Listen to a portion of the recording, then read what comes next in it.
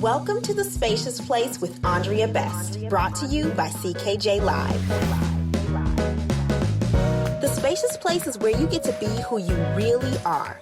Not what your experiences say, not what your role as a wife or a mom says, not even what your job title says or doesn't say. You get to be who you were fearfully and wonderfully created to be. Join me as we explore the woman inside, the one who longs to be set free. Let's talk with women who journeyed and found themselves surrounded by endless amounts of opportunity. And at this point, they're unstoppable. So if you're ready to be you, truly you, make room, grab a pillow, and welcome to The Spacious Place with Andrea Best. Hey guys, welcome. I am so excited that you guys have joined me again in The Spacious Place with Andrea Best. So I'm excited about today's episode because it kind of really hits home for me.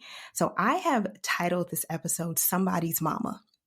And that's basically, I found myself in that place, just feeling like somebody's mama. I was just Imani's mama, or I was just Chase's mama.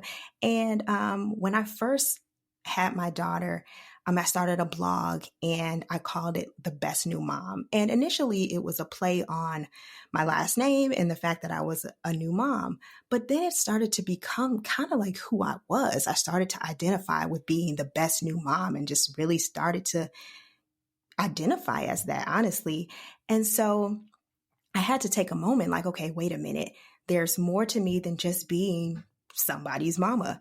And so today I have a special guest and I'm going to read her bio first, but today's conversation is going to be so amazing because she is also a mother and I think she can speak so powerfully to this topic. So let me read her bio first. She's genuine, artistic, and at times overly analytical. Now, those are her words, not mine. She's a wife, a mother to 4 beautiful children, and a business owner alongside her husband. She has a degree in business administration from the University of Illinois at Chicago. She's currently working full-time at home as a homeschool teacher, chef, maid, hairstylist, potty trainer, rule enforcer, dispute resolver, boo-boo mender, health advocate. The list goes on. So basically, she's booked and busy, guys. She loves Jesus, and she strives to live a Christ-centered life. It's her desire to use this current season to not only pour into her family, but to also unto other women, using each day and every experience as an opportunity to uplift and encourage a fellow sister in this thing we call life. She's determined not to lose herself entirely in the land of wifery or mommyhood. Guys, I'd like to welcome Leanne Stuckey to The Spacious Place. Welcome, Leanne. I'm so glad to have you. Thank you for having me. I am so glad to be here. So glad to be here. Yes, thank you for being on the show. So you have 4 kids. How old are your kids? I do have 4 kids. And so my oldest is just recently 9. That's my daughter. And then I have a 7-year-old, my son. And then my third born is about to be 5. And then my baby is about to be 3. So they're all 2 years apart, all, kind of stair-step kids. But it's a girl, boy. And definitely have my hands full. So wow, yeah. So booked and busy is like legit. That's real life for you. That's real life. Yes. So I think I love that I'm talking to you about this topic because I can just imagine how it's so easy to get lost in mommyhood, especially with 4 children. Why do you think it's so easy to get lost? Oh my goodness. I think it's a number of different things I think can play into mothers getting lost in motherhood. But I think one of the main ones, I think, is just the innate and the immediate feeling of responsibility, right? We birth these children and there's just like this mama bear mentality that takes over, right? We're a protector. They literally were their source for food. And if something was about to fall on them, they couldn't run up and get away to save themselves. Like, we're their protector, we're their everything, right? So I feel like we fall into this like sacrificial giver, like we give of ourselves completely for this little human being. And I think that even if you haven't birthed your own children and say you've adopted, or, however your children are yours, that same just sense of love and that same sense of responsibility and protector, I think we all just have as mothers. And so we give, we give, we give. And especially in those early years when, they're infants, we sacrifice all of ourselves, right? Like we sacrifice our sleep. We get maybe a few hours on a good night, of sleep. We sacrifice our hygiene. We no longer brush Yeah, our teeth on a regular basis. We don't shower. we don't that's we so don't real. shower as often as we are used to showering. And when it comes to eating, we skip meals because from the time our eyes open in the morning, it's just all about our child or our children. And when those things start to fall by the wayside, like even just regular things to upkeep ourself, our hygiene, of course, other things, extracurricular things, our goals, our aspirations, things that we used to do for ourselves, going to get our hair done or our nails done, or going to work out, or just going to hang with our girls. Of course, those things are going to fall by the wayside because we're like in survival mode. You know what I mean? Like we're just trying to make it to the next day. We're sleep deprived. We're just trying to hang on. And so I feel like we get caught just from day one, just having that innate responsibility and being there for our kids. We have this, like, again, sacrificial giver that becomes our identity. And so we give. And even when our kids, I think, come to a place of being more self-sufficient, they're able to do a little bit more for ourselves. If you have multiple children, that's even more so, because as the older one's getting older, more self-sufficient, you have another one coming along behind that now they're needing all of the, things that your previous child was needing. And so as you have more children and as they grow and their needs evolve, we're constantly having to give and to give of ourselves. And I think that we fall into the trap, and it's hard to get out of that because it becomes such a part of our DNA. So even when it is time to kind of release the reins a little bit, it's hard just to turn it off. It's hard to just transition from being the continual giver of ourselves completely, and kind of let go of the reins a little bit. So I think that that's one reason that it's hard and we get lost in motherhood, is just that innate responsibility. And then another one I think is just, we don't want to fail. Like we don't want to Yeah, fail at motherhood. You know what I mean? right, It's right. like, this is now our new job title that goes along with all of the others that we have, right? We were wife, and whatever your career was, whether teacher, lawyer, doctor, business owner, nurse, you had all of these things before, and now you have this title of mother, and nobody wants to fail at motherhood. So you're going to pretty much do whatever it takes to live up to what you feel like it is to be the best mom. And it's so funny when you were talking about that, about how I was just laughing because I'm like, that is so true. Like we have these preconceived notions, and it doesn't help nowadays with social media and being inundated with other people's lives and how moms are doing stuff, and we find ourselves comparing and how they're doing it, and we're like, ooh, maybe I should be doing this a little bit more or better, or they're doing it all this way. And even if we realize it subconsciously or consciously, we find ourselves comparing how other moms are doing things, and then we're trying to hold ourselves and live up to this, barometer or this level of what it is to be the best mom. And we're giving of ourselves in every way in order to attain, because we don't want to fail at it. We want to do it well. And I feel like in efforts to do that, we can so easily find ourselves getting lost in motherhood. That's so true. And I was also thinking is sometimes we are killing it at the mom game. Like we are doing so well at it that we allow ourselves to be boxed in. And so it makes me think Yes. of, yeah, it makes me think of like a singer. So say a singer is really talented, super gifted, but they like to cook. But because they've gotten so much attention as a singer and they've really poured themselves into singing, they don't allow themselves to kind of Mm-hmm. be something else, other than what they feel like they're good at. And so sometimes in mommyhood it's like, well, I'm good at this. Yep. I can do this. And we don't allow ourselves to pour into anything else. That is so true. That is so, so, so Yeah. true. So true. Was there ever a point where you kind of saw yourself losing your identity, or did you ever have a moment like, okay, wait a minute, I don't even know who I am anymore? Definitely. And I kind of hesitate a little bit because I don't think it was like um one moment. I think it kind of was a progression, and I think I felt it really early on, like when I had my daughter. Like, I had this, I just think motherhood just literally like slapped me dead in between my eyes, like gave me a 1-2 combo that I just was not expect. Like, it just caught me off guard. I was not expecting it to be the way that it was. I think we all kind of have these preconceived ideas and notions of like what motherhood's going to be like and when kids come along.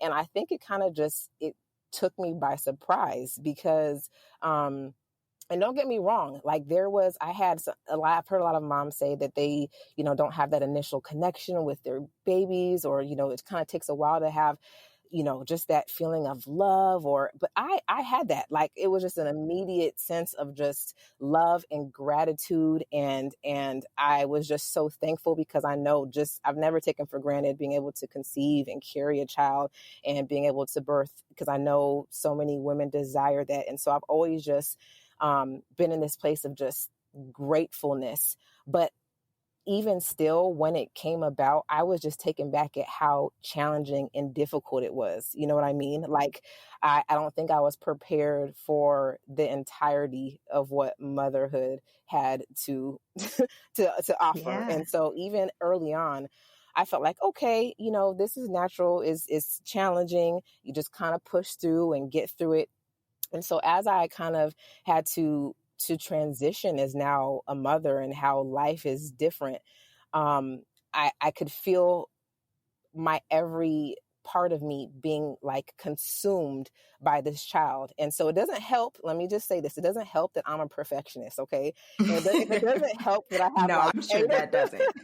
and it doesn't help that I have like anal tendencies, because that, I Mm, think, just exacerbated um, everything. And it made it so like consuming. I turned into like this crazy lady, and I mhm. felt like my everything was around my daughter. And so, just a funny story real quick is, Yeah. it takes my husband to tell it because he will tell you just how irritating I was. But because again, as a mother, like, you feel like you know how to do everything best, and you can Mhm. write the book on it. So there would be times like I'm very much a naturalistic, I'll say, mother, where it's like I only want to use certain, ingredients, I only use this type of body wash, and only, I want to make my baby food from scratch, and I want to, like, everything certain way, and just very anal. So like when it came to like changing the baby's diaper, my husband, he would, bless his heart, like he would, when changing like a poop diaper, would go through like 5, 6 wipes just to get the job done. I'm like, babe, okay, let me tell you, let me show you. Like, this is what you do. You take the diaper, you wipe the poop down. So that's one good swipe with the diaper. Then you take a wipe.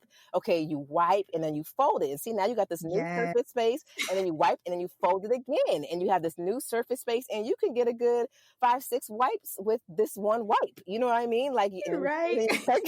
and you You tuck like it just like down. that. Right, exactly. You tuck it in and you do this. And he looked at me and he was like, woman, if you don't let me change this diaper, like, you did not write the book on this, okay? I know how to change the diaper. Let me do it, and stop trying to tell me. I'm like, oh, okay, that. Let me just let you handle Right. your thing. But that's just one area of just showing how just anal I was, and just how just consumed I was with her. Like, I had to Mhm. heat up the bottle a certain way, and I'm like, babe, don't microwave it. Take the breast milk out the freezer. You thaw it out this way. You put it on the stove. I mean, just like to the nine, right? And so there's just things about me that are irritating to myself because I just know how anal I could be, but especially to my husband too, where he's just like, woman, you've got to chill out. Like, you have got to Mhm. just slow down a little bit. So little by little, I could just feel that like everything in me was just consumed with this child. And so, we worked through it. Obviously there was some transition. We were both trying to get used to being new parents and all of that. And I think it wasn't until my second child came along that it really just like hit rock bottom for me, where I felt like, Mhm. okay, I'm completely losing it. And so just a little bit of background, I'm having to kind of set the stage so you can just know just the spiral, and I think the evolution of me losing my feeling like Mhm. I'm losing myself, because it wasn't like, okay, it happened here. It was like ebbs and flows for me, at least. Yeah. So, there was times where I felt like, okay, I'm being a little too consumed with this child, but then here I am now. She's at the point where she's a little bit over one. We're kind of starting to get a feel for things. We're still new at it. We're not experts, but we're kind of getting our groove and finding our footing as parents. And then now here it is. She's a little bit over one, and I'm finding myself pregnant again. And so baby number two is coming into play, and I'm like, dang, we're just now kind of getting into the groove of things and finding out how it's going. And so I feel like once baby number two came, I really was just like, okay, this is too much. And at the time I'm at home full time. The job that I had before, I was no longer working. And so my husband had a very demanding job where he traveled a lot as well. And so it was just a whole lot. And there would be times where now, once the second baby came, it's no longer just focusing on one, but having to divide your attention with multiple. It's just too much. And Yeah. so there'd be Yeah. times It's where a I would, different ball it's game. a whole different ball game. And there were times where he would be out of town, and I have a baby screaming in one arm, and I have a toddler who probably, wants a snack or something that she needs.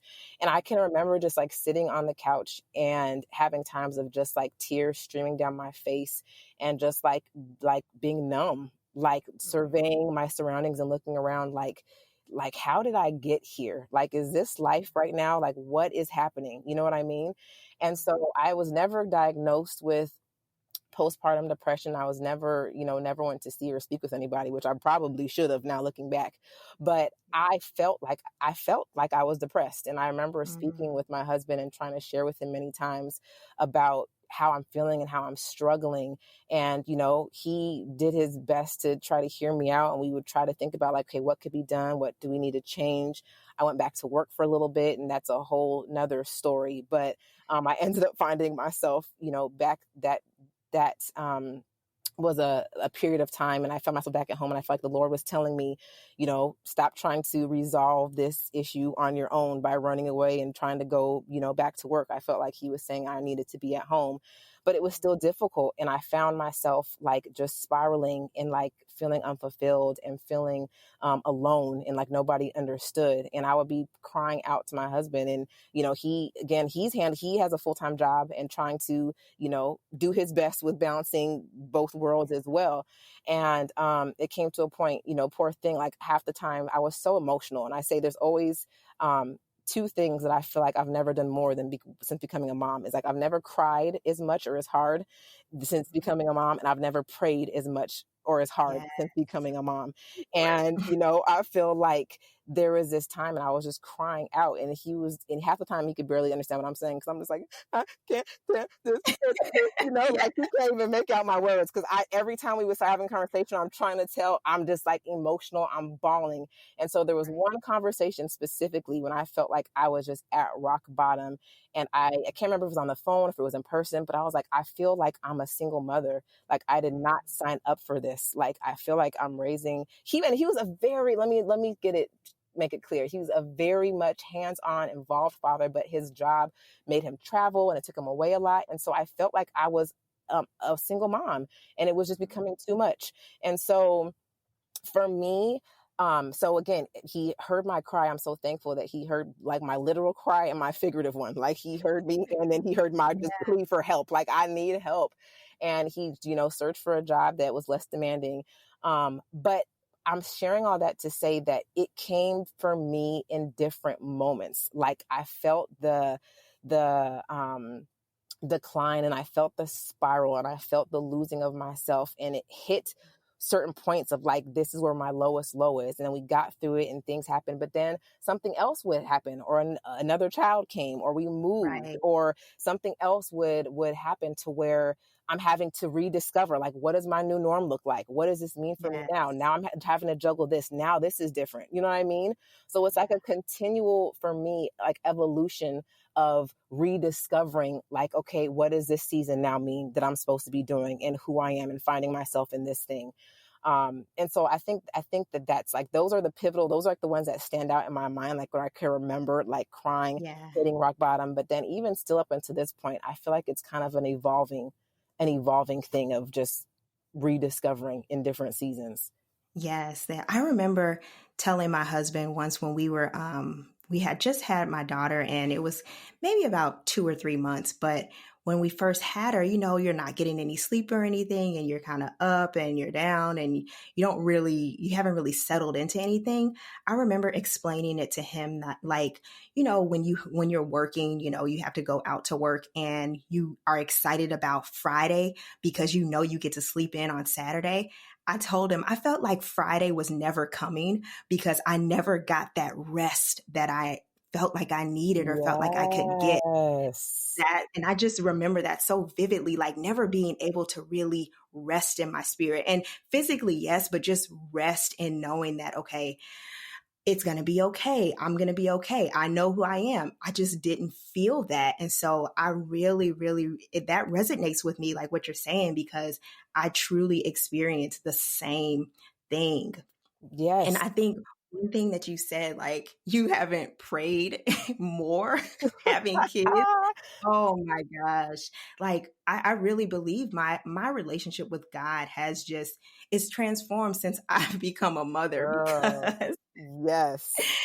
I mean, what is that conversation with God like when you're talking with him and you're trying to get back to being Leanne? Like what are those prayers sounding like? Oh, I, they're sounding like literal cries out for help. Like Mhm. I can remember, and this is why I have such a passion for like moms, because I know what it feels like to be like in the fetal position, like crying, bawling, like I don't know what to do right now in this moment. And so a lot of my prayers are like, Lord, help, like show Mhm. me what it is I need to be doing. Like this can't be what you this can't be what you meant for this season. Like this can't be what Right. this feels like as mother and wife, and like this cannot be what you like, help, and Mhm. literally what gets me back is he's who created me, right? So if Right. I have to go back to his word to find out who I am, because when I feel like I'm lost, when I feel like I'm inadequate, when I feel like I'm falling short, when I feel like I'm not really mastering anything, I'm the jack of all trades but master of nothing, I'm not really doing this well or doing this to the way that I would like it or doing this, when I'm starting to feel and spiral, and when anxiety tries to, rear its head, and when depression tries to come in, like I have to turn back to who God says I am, because he's the one who Mm. created me. And so I have to, my identity in him is literally what has saved me. Because if I Yes. didn't have that to turn to, I don't even know where like I would be right now. I don't even know where I would find myself, because I've had to be able to turn back to him and say, God, I don't understand.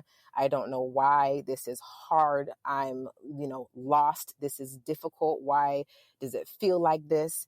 And I have to say, but your word says that. And I have to Yes. remind myself, I have to literally quote out, and say, you know, I am fearfully and I am wonderfully made. I am the head. I am not the tail. I am victorious. I've not been given a spirit of fear, but of power and love and a sound mind. Even though I feel like I'm going crazy and losing my mind, I've been given a sound mind. You said I have a sound mind. So I ask that you, bless it and help me to you. And so I literally have to turn back in order to like recenter, refocus, rediscover myself. Because when you find yourself, and I'm telling you, I feel like life and motherhood and marriage will take you to the brinks of things that you never thought it would take you to. Mhm. And if you don't have that place, I feel like, to turn back and to be rooted back into Right. who that God says you are, you can be tossed around in the wind. So that literally is like, that is my anchor and what I need to be able to turn back and remind me to get me back on track to who I am. Yes, yes. I so agree with that. And you know what, Leanne? I love that you have kind of created a community of embracing being the best version of yourself, embracing, this relationship with God that is going to show you your purpose and fulfill you. And so I want you to tell me more and tell the listeners more about I Flourish. Yes. So I Flourish is a ministry that me and my sister friend, Rachel Jones, started. And we started it a, probably a little over 2.5 years ago now.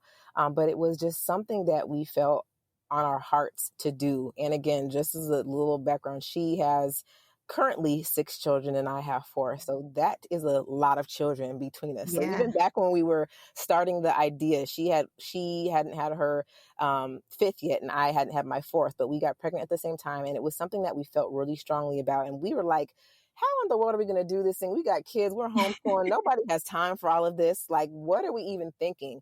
But we were so passionate about it because we know and we knew what it felt like to be going through these different phases of life, to be going from wife, to be going from mother, and even as homeschoolers, and even if you don't homeschool or work, just it's hard. It's yeah, hard. It's challenging, and I know from personal experience that a lot of times you can feel alone in what you're going through. And that isolation and that feeling of alone can get you in a really dark and in a really bad place if you let it. And so we're just passionate about inspiring and strengthening and challenging women to flourish in every season of their lives.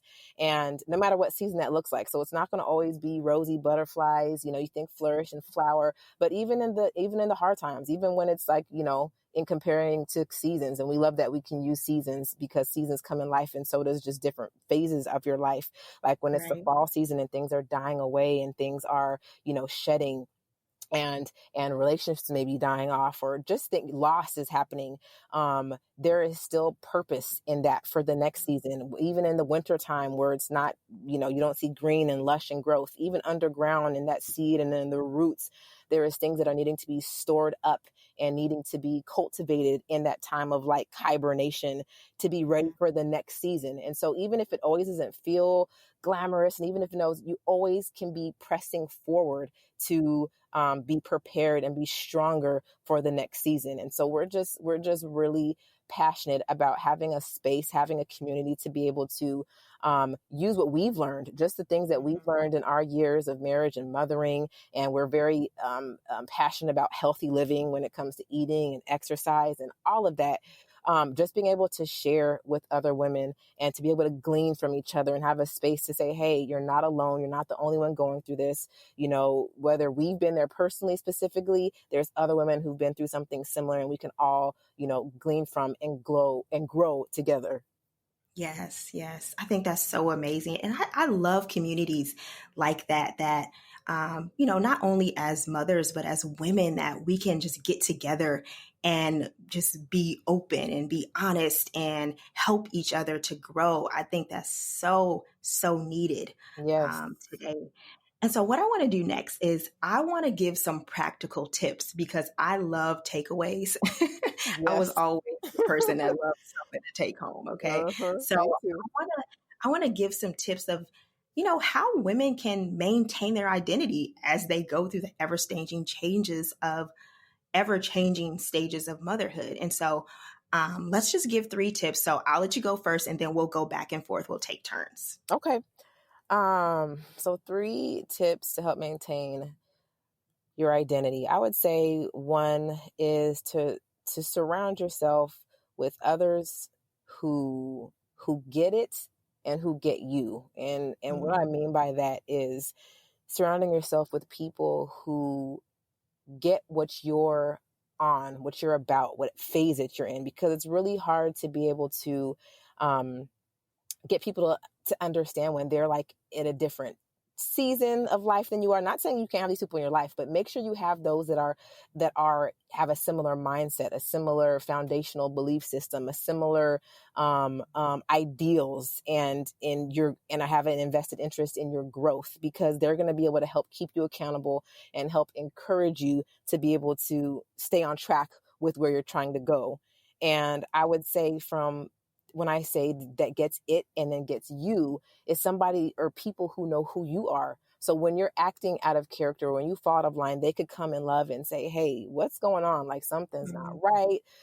Something doesn't seem right. And just to get you on track. So just surrounding yourself and having, back to the whole community thing, right? Like, having people around you that are going to be there to encourage and speak life into your situation and understand where you're trying to go. And then also who know who you are to be able to keep you on track. Yeah, yeah, I totally agree. And that's actually kind of one of the points that I had too. I had to develop a friendship with a mom or with moms who you can be transparent about the ups and the downs of motherhood with. Like, Absolutely. it kind of takes away this pressure to strive, and you're striving to be this unrealistic goal of the perfect mom when you don't really have anyone to talk to about a good day or a bad day. It makes you strive to be the next best new mom Mm-hmm. in my case, Yeah. but it Right. takes away that striving for perfection, because that's an unrealistic goal. So I definitely agree with you about just developing a community or a friendship, that's a safe place for you. Absolutely. Absolutely. And not everybody has that safe place to be able to go to. And like you said, you kind of feel like you have to carry this front for a lot of women. So not having the place to be able to go and unload and say, look, this is hard. I'm struggling with this. Can you help me, or can we do this together? Like, that is crucial. Absolutely. Yeah, yeah. Okay, so go Number ahead. You go ahead. two, second one, um, I would say to have a vision or a goal that's all your own. Like, having something that's just for you, that is apart from kids, that's apart from husband, that's apart from, even peers, like having something that is just for you. And I'm speaking from experience because I feel like that is so important as moms, whether it be a project, whether it be something that you've always aspired to do, whether it be tapping into going back to remembering what you're passionate about, what gives you joy when you do it, what brings fulfillment, like having something that's all your own. And then once you have that, um, have like what I call like big picture, little picture vision, like have a Hmm. big picture, like what you would say, like a God-sized dream, like something you couldn't accomplish on your own, right? Like something crazy. I've always wanted to, open up my own dance studio, or I've always wanted to have my own non-for-profit organization. I've always wanted to, I want to be a millionaire in the next 5 years, like something that you just like, you can't just pick up and do tomorrow, like a big, Right. huge God-sized goal or dream. That's the big picture. And then the little picture is like, what are things you could put in place tangibly to get that done? Like, okay, what classes can I take? What can I start putting into practice to open up my own beauty salon that I've always wanted to do, or whatever it may be, but have something that is just your own, because I feel like when we don't have that, that's when we get lost, and our desires become what our kids' desires were. Our vision is share with our husbands. It's like we need also something for ourselves, along with other things for the family and the husband and the kids, but there needs to be something that is your thing. And I would say to spend some time to find out what that thing is, and make sure you go after it, because it brings fulfillment that nothing else like quite like it can do. Yeah, yeah, I totally agree. I would say my next tip would be to celebrate the wins and change your vocabulary. I seriously So need to good. work on this. But So sometimes we get good. stuck Yes. in this trap of what I can do better, and we continue, like I said, to strive and strive and strive, and we'll never be the perfect parent. So instead of, like just try focusing on what's going right.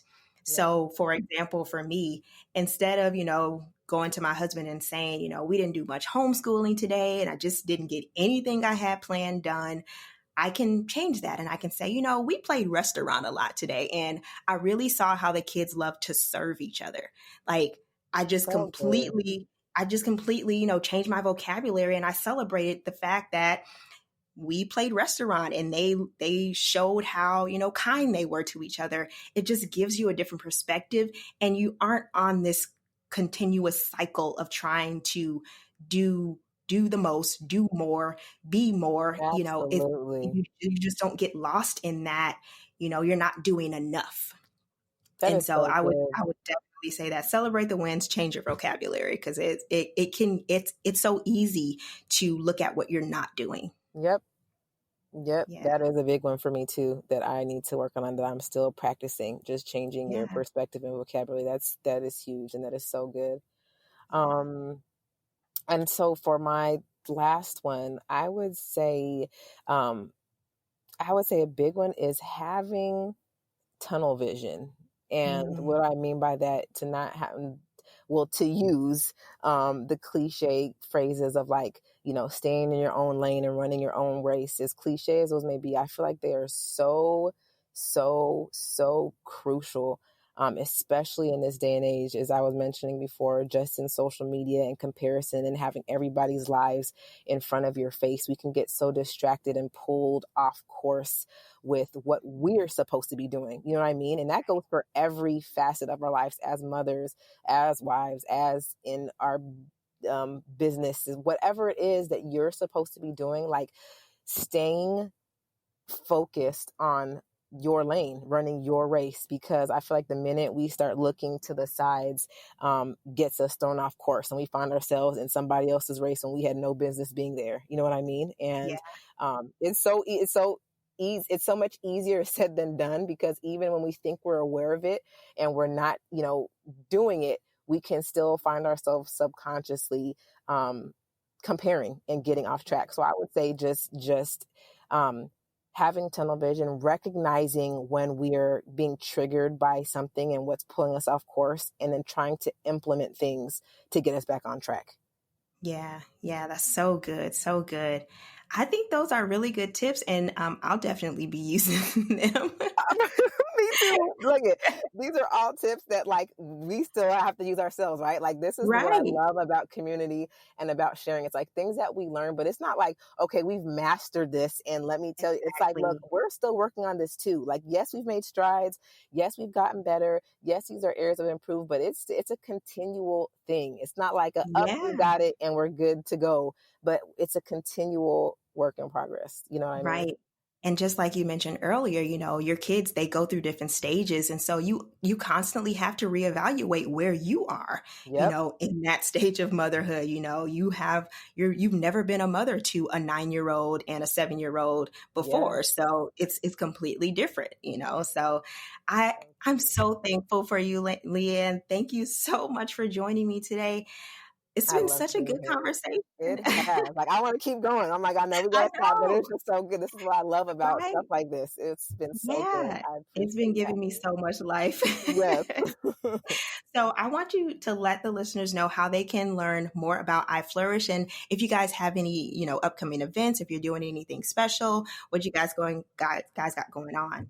Yes. So our website is I Flourish the number 2day.com. So I Flourish the number 2day.com. And on social media, that's the same handle. So on Instagram, on Facebook, on YouTube, it's I Flourish the number 2day.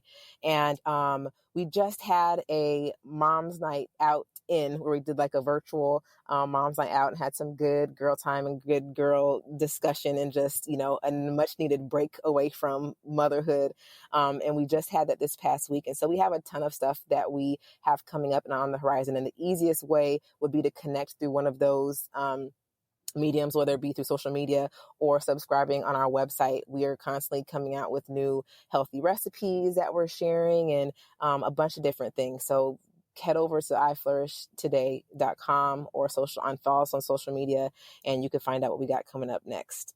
Yes, yes, I'm so excited for those. Thank you again, Leanne, for joining me. It's been such a treat to have you. I mean, I just feel like we were just, we're in our spacious place. I So know, I that's loved it. right. I I loved loved it. it. Thank you so much for having me.